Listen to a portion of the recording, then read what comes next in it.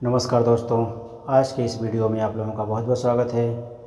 आज की इस वीडियो में आप लोगों को एक ऐसी जानकारी दूंगा जो कि मेनली मेल के लिए है, नॉट फीमेल।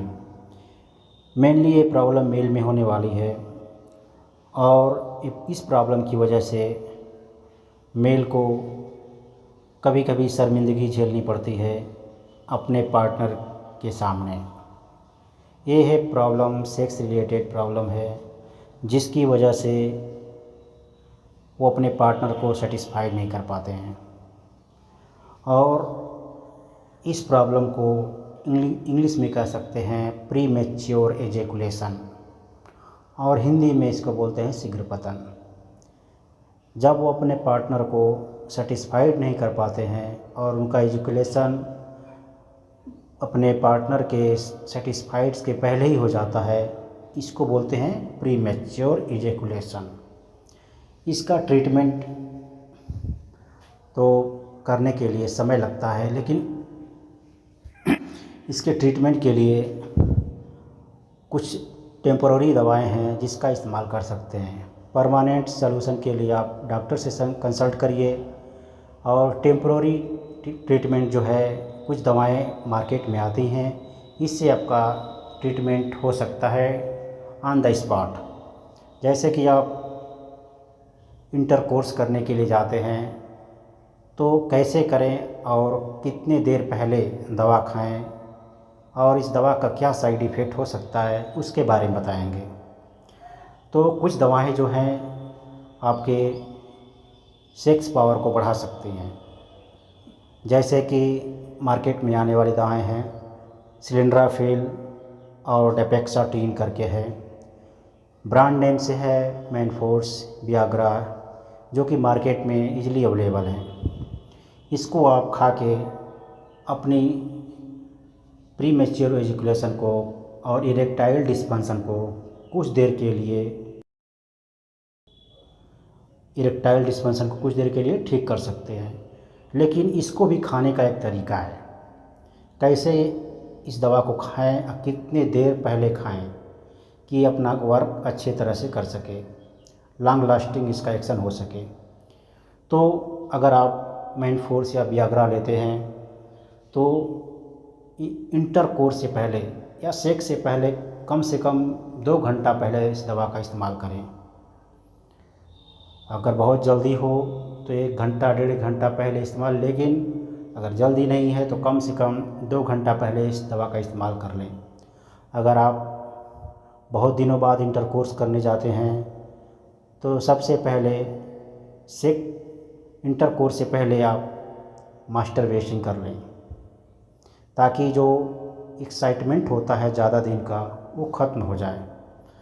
इसके बाद आप इस मेडिसिन का इस्तेमाल करके आप इंटरकोर्स कर सकते हैं और लॉन्ग लास्टिंग परफॉर्मेंस पा सकते हैं। तो सबसे बड़ी बात है कि आप इस दवा को 1.5 से 2 घंटा पहले आप खाएं, और बहुत ज़्यादा भोजन ना करें। इस दवा को खाने के बाद हल्का भोजन करें और इस दवा को ले सकते हैं। और इस दवा को खाने के बाद पानी पीते रहें कुछ, और इसका साइड इफ़ेक्ट कुछ है जिसके वजह से यह दवा सबको प्रीफर नहीं की जाती है। जैसे हार्ट वाले मरीज़ में, बीपी वाले मरीज़ में इस दवा को नहीं दिया जा सकता। और इसके साइड इफ़ेक्ट के रूप में जैसे क्या होता है कि सर भारी महसूस होता है और आँखों के सामने धुंधला दिखाई देगा, ब्लड विजन हो जाता है, और पूरे शरीर का टेम्परेचर बढ़ जाता है। ये सब साइड इफ़ेक्ट है, कुछ देर के लिए है, मामूली हो सकते हैं, ज़्यादा प्रॉब्लम नहीं होता है इस साइड इफ़ेक्ट से। लेकिन मेन प्रॉब्लम है कि हार्ट वाले मरीजों को इस दवा को न दें। अब इसका मैनफोर्स या सिलिंड्राफिल का जो इलाज, इस दवा से कुछ बीमारियां भी ट्रीटमेंट की जा सकती हैं। जैसे एक बीमारी होती है COPD, chronic obstructive pulmonary disease, में भी इसका इस्तेमाल होता है। ये बस सेक्स रिलेटेड ड्रग नहीं है, इसका एक और भी उपयोग है। तो इस दवा का मेनली सेक्स रिलेटेड के लिए ही बनाया गया है, इरेक्टाइल डिस्फंक्शन के लिए ही बनाया गया है।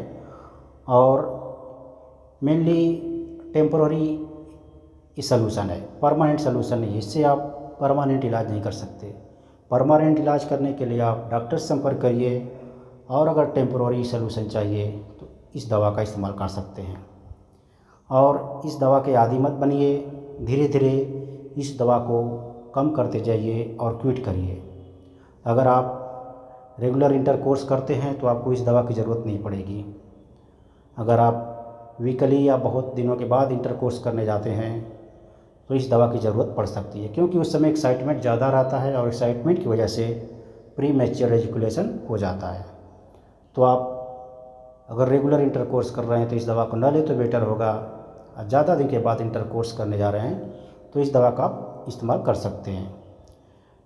ये दवा मार्केट में इजीली अवेलेबल है, लेकिन 18 साल से नीचे के बच्चों को यह नहीं लेना चाहिए, और 60 साल के ऊपर के मरीजों को, या तो जिससे हार्ट के मरीज हो गए, उनको नहीं देना चाहिए।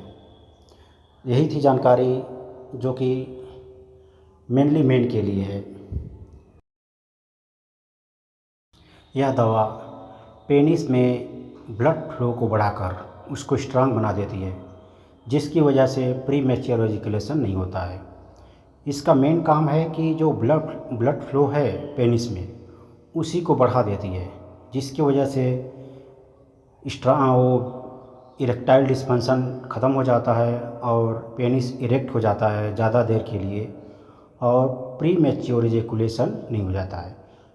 इसमें ब्लड फ्लो बढ़ाने के बाद ये ब्लॉक कर देता है और उसमें ज़्यादा देर तक ब्लड रहता है, जिसकी वजह से प्री मैच्योर एजुकेशन नहीं होता है। यही इसका मेन फंक्शन है, और इसके अलावा कोई ज़्यादा मेन फंक्शन नहीं है कि आपके इम्पोटेंसी को ख़त्म कर देगा या आपके सेक्स प्रॉब्लम को हमेशा के लिए ख़त्म कर देगा। बस इसका ये टेम्पररी सलूशन है। धन्यवाद।